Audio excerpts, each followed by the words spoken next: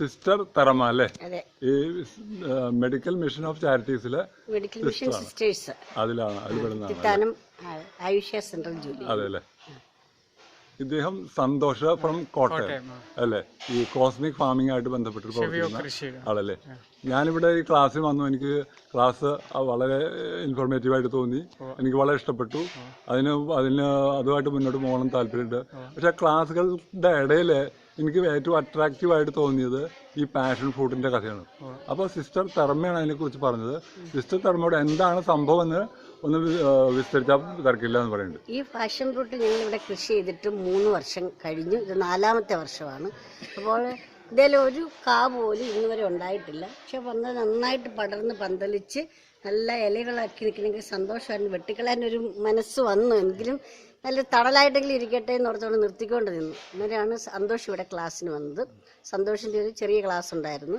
ആ ക്ലാസ് കഴിഞ്ഞപ്പോൾ നമുക്ക് സന്തോഷം ഇതെവിടെയൊന്നും ഇതിലൊന്ന് ചെയ്ത് നോക്കാമെന്ന് ഞങ്ങൾ സിസ്റ്റേഴ്സും സന്തോഷും കൂടെ വന്നു. ഇവിടെ എനർജി ഹീലിംഗ് ഇത് കൊടുത്തു, കോസ്മിക് എനർജി ചെയ്തു.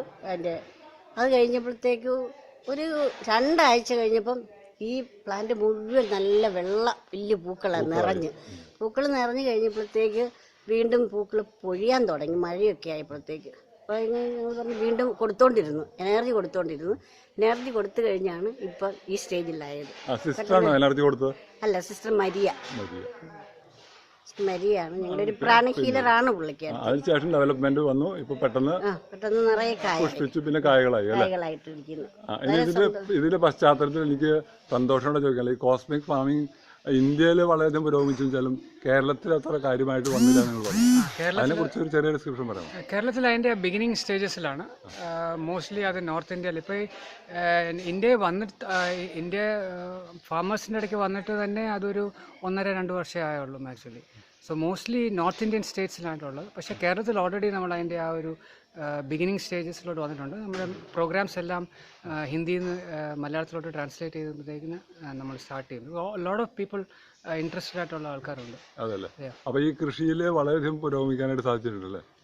Completely yes. പലേക്കർ അതിന് ഇൻട്രസ്റ്റ് എടുത്തിട്ടുണ്ടോ? പലേക്കർജിയുടെ അടുത്ത് ഞാൻ പറഞ്ഞിട്ടുണ്ട് ഇങ്ങനെ ഒരു ഇതുണ്ടെന്ന് ഞാൻ ആക്ച്വലി ഇൻഫോം ചെയ്തിട്ടുണ്ട്. അതല്ലേ? അവർ thank you for the information. Very good. ഇത്തിരി അങ്ങോട്ട്